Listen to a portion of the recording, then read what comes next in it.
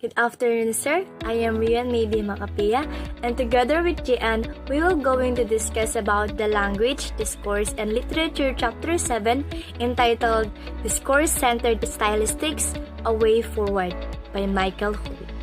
Here are our agendas. We will start first with introduction, and then types of insight, and then basic assumptions as well as the additional assumptions. We will going also to analyze the poem by Dons entitled A Hymn to God, the Father in 1633. So let's start first with introduction. Discourse analysis examines the form and function of linguistic constructs which are beyond the sentence in specific social, cultural, or historical context as explored in a given discourses. In other words, the model is a discourse-based stylistics, which is our topic for today. The concept of discourse itself originates from the discovery that language operates within a pragmatic context, and it is necessary to delineate and apply that context to its explication. So, discourse stylistics is an innovative approach in stylistic analysis. So it is a combination and discourse. So it is a combination of discourse and stylistics analysis and a branch of stylistics which draws specifically on the techniques and methods of discourse analysis.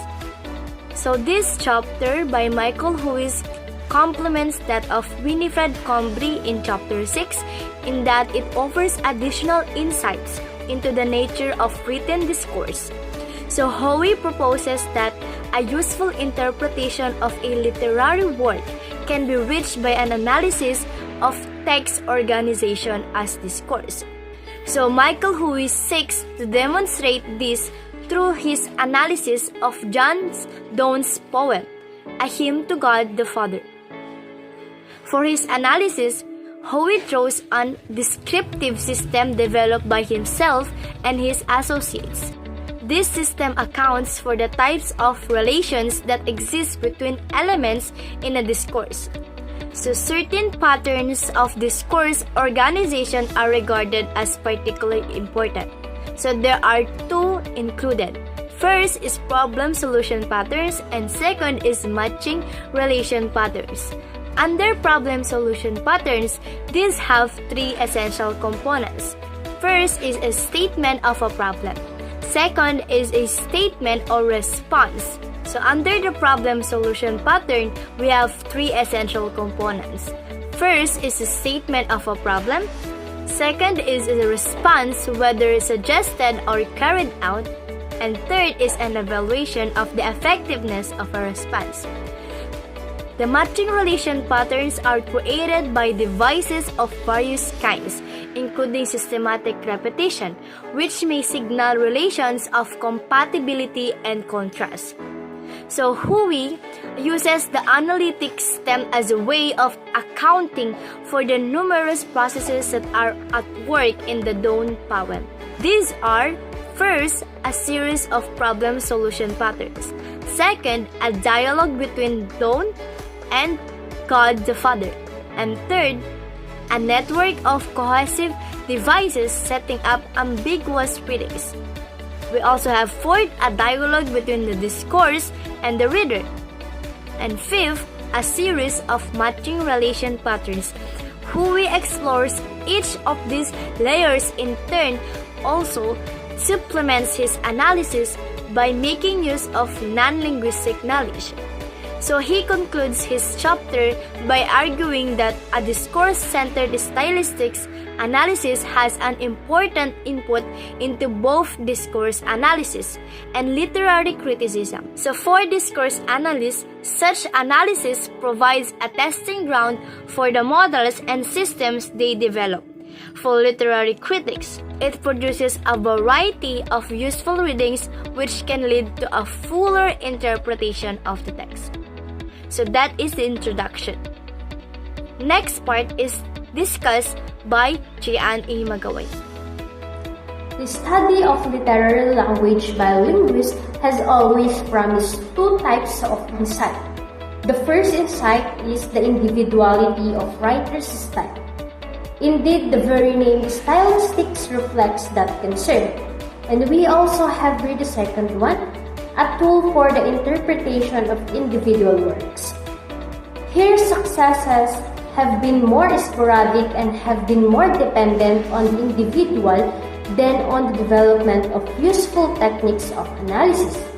And with the literary critics having at times justification for their off-voice, suspicion of linguist interference in their discipline as well.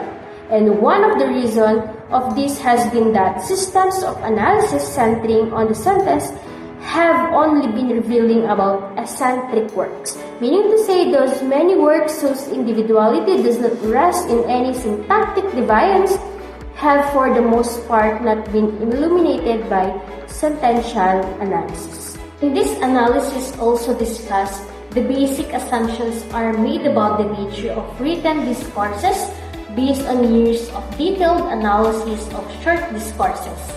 We have 6 basic assumptions. First, it is assumed that every clause in a discourse is in at least one semantic relation with at least one other clause or group of clauses in that discourse.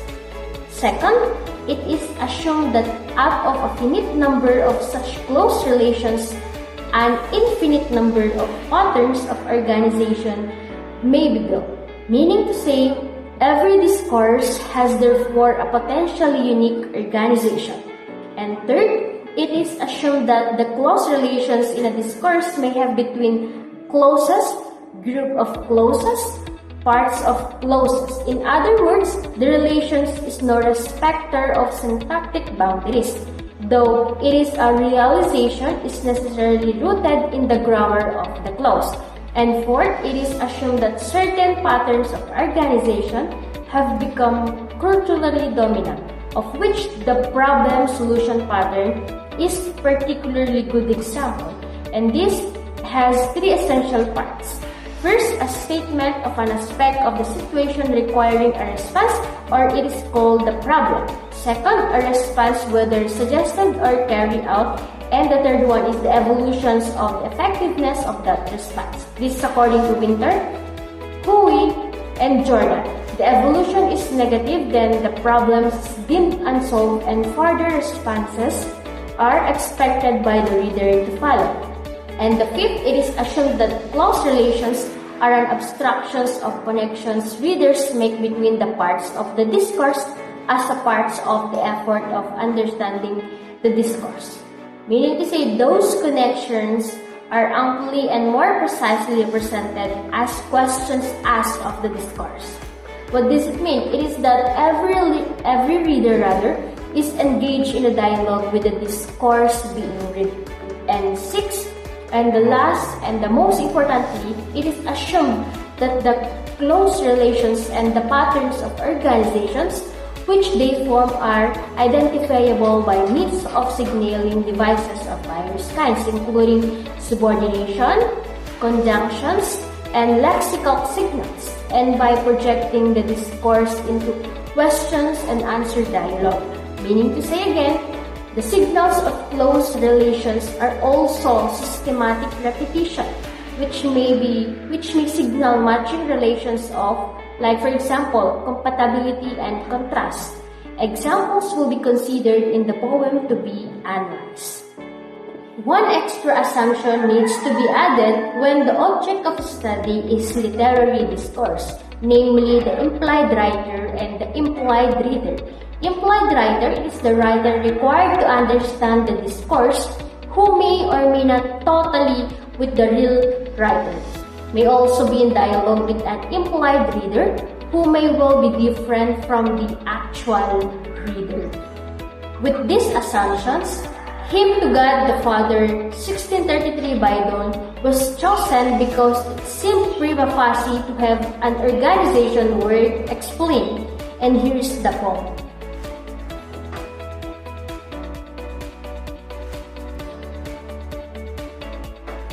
As you observe, there are a number of ways of viewing this poem, all of them overlapping with each other.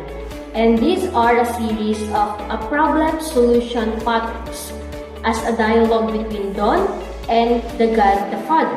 Cohesive devices setting up such as a dialogue between the discourse and the reader, and as well as a series of matching patterns. Wherever we begin, we shall meet the others, so we might as well begin with the poem as the problem-solution pattern. The first verse has the pattern.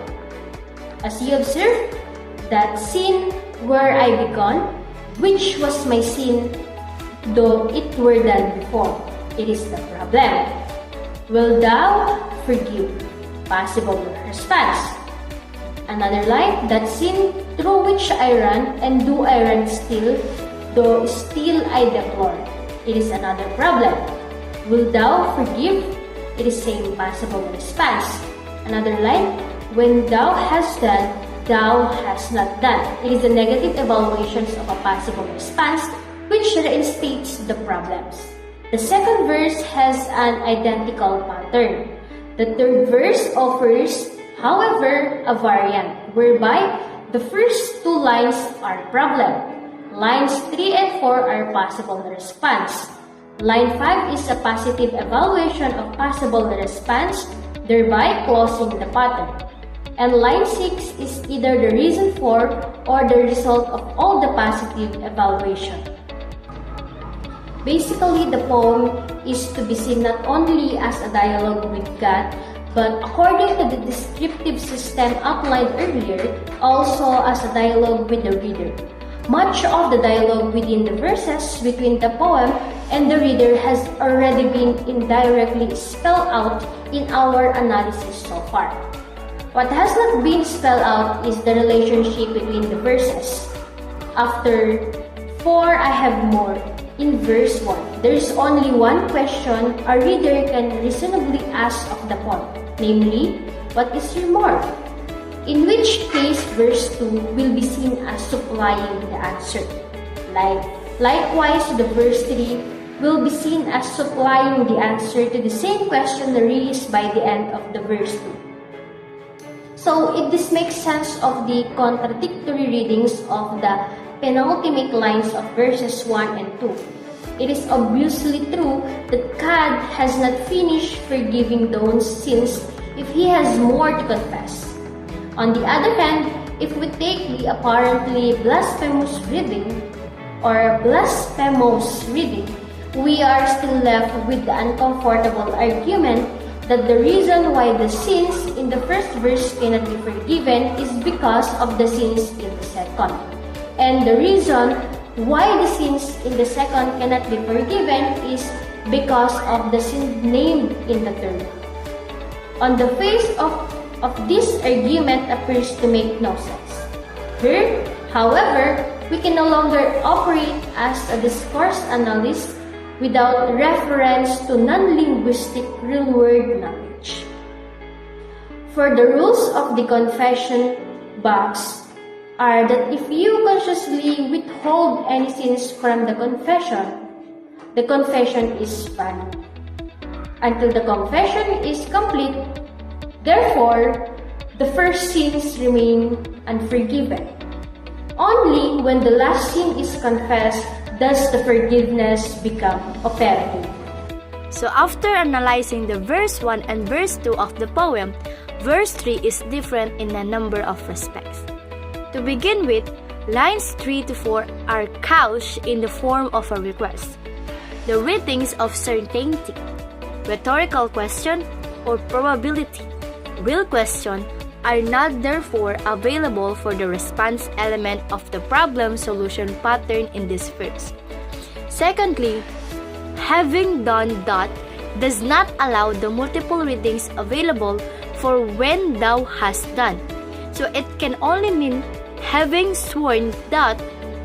This then leads to 3 readings for line 5 of this verse.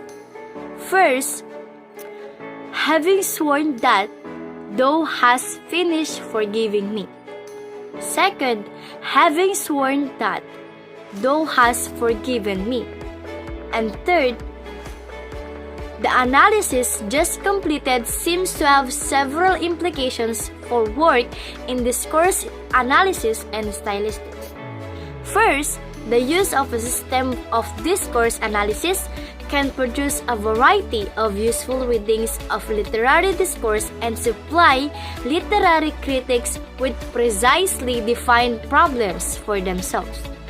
Secondly, the success of such an approach in producing useful readings indirectly reflects favorably on the discourse assumptions made at the beginning. Thirdly, only approach that allows for multiple simultaneous relations within the parts of a discourse is adequate to account for the complexity of a poetic discourse. Fourthly and finally, there must be allowances made in a system of discourse analysis for non-linguistic data. To sum up, the study of discourse stylistics promises a discourse analyst a useful testing ground for their hypothesis about discourse and literary critics, a useful tool for illuminating literary works and highlighting matters within them requiring explanation. So it would therefore appear to offer a fruitful way forward for both discourse analysis and stylistics, and is after all a natural development for both. So that is all about the Chapter 7, the Discourse-Centered Stylistics, A Way Forward by Michael Hoey. Thank you for listening.